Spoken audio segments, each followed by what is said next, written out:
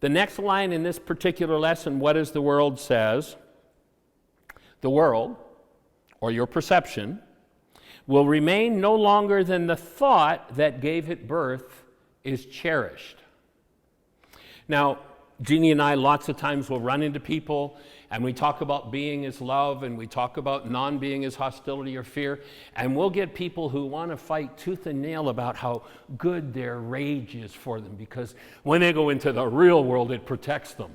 Of course, they have no idea they're spraying rage, the poison of rage, on everybody that they see. And when you spray the poison of rage on everybody you see, they don't tend to respond very well, if you haven't noticed.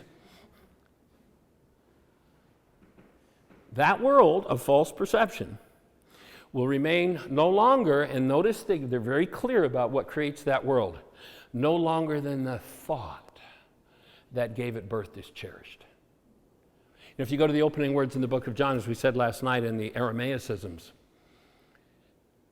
the opening words in John don't say in the beginning was the Word and the Word became flesh. They say in the beginning was the mind energy and the mind energy became flesh.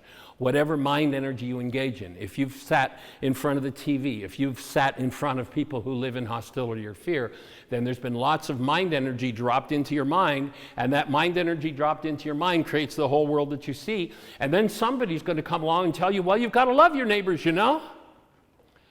Well, if all the neighbors that I have are based out of my hostility and fear-based thinking, how do you suppose I'm going to love them? That's ridiculous. You can't do that. When you tell people that without giving them the gift of the tool to remove the world they see, you set them up for failure and guilt, and they'll go deeper and deeper and deeper into that guilt. What we're going to hand you at the same time is we tell you that what you want to do is follow the first law, which is stand as the active presence of love. Not love your neighbor, but be love in the presence of your neighbor. When you do that, everything that builds the world you see comes from the truth. And it comes from being. And now you're not loving your neighbor, you are love in the presence of your neighbor. You know who the most difficult person is to be love in the presence of? The person you've exchanged genes with. The people you've become intimate with. Because as soon as you do that, they give you their genes, you give them yours, and now you've got access to the parts of their minds they have no idea how to contact, and they have access to those parts of your mind. You'll notice that's when the stress goes up in relationships. And if people will choose to collapse everything based in hostility or fear instead of talk about their partner when that comes up in them, then that will lead to the opening and the awakening of living 24/7, 365 as the active presence of love. But while you're pretending that, well, man, you know, my anger, I wouldn't be safe with this person. You know, the child who goes through, Jeannie and I were in a large department store a couple of years ago. She was in the checkout line, and there was a woman with a small 3-year-old boy in the grocery cart in front of her, and this little kid wants some grapes and is kicking up a fuss, and mom's getting angry and angrier. Well, she ended up getting ahead of them. I went out to get the van, and she's standing at the door of this department store as this woman comes out with her 3-year-old son on her arm. And Jeannie overhears him saying, "Mom, I love you. Don't beat me." Why does a 3-year-old boy even know that concept? And what do you suppose? Until he's able to resolve that, he's going to project into his brain's image of the women in his life. And of course, when he becomes an abuser, people are going to blame him. This is a no-fault process.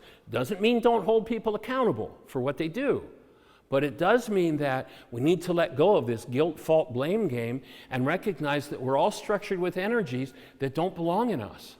And what we need to do is create a system in our culture that supports the healing of those dynamics rather than reinforces them with more punishment, with more rage, with more guilt, with more fear. We have a woman who sometimes is on our radio show. She's in in St. Louis, Missouri. And she teaches conscious parenting workshops. And she shared about a child who, in their family system, the tradition was that when the child is about to be beaten with a stick, the child has to go out and cut his own switch. I'm always amazed how many people, when I say that in a workshop, shake their heads like, yeah, that was our family tradition too. And she shared this woman stopped beating her child. Now, there are lots of nice words for beating. It's I flipped them, I switched them. If you hit a child, you're beating a child. I don't care how lightly or how hard. If you hit a child, that's what you're doing. You're hitting a child. So this 6-year-old boy goes out to cut his switch, and he comes back in tears and trepidation. Says, Mom, I couldn't reach any branches on the tree. So here, I brought you some rocks to throw at me. What does a child learn by being hit? The person who's supposed to cherish them wants to hurt them. What do you suppose that child is going to do in the future if that's what's been measured into them, and that's the treasured family tradition? What do you suppose that child's going to do when they get to be 6'6", 285? They're going to do exactly what is going to be measured into their world is going to be exactly what was measured into them. We need to change that dynamic. We need to stop cherishing. We need to stop valuing a world based in hostility or fear. We need to stop creating jobs for people who are good at hostility. Like giving people, those gold shields and the gun on their hip. We need to stop that. We need to start creating a world of safety. And yes, are there people who do crazy things? Yes. Then let's create people who understand how to create peace. We used to have them. They were called peace officers. You'll notice the words have changed. We don't have peace officers anymore. We have law enforcement. We have police.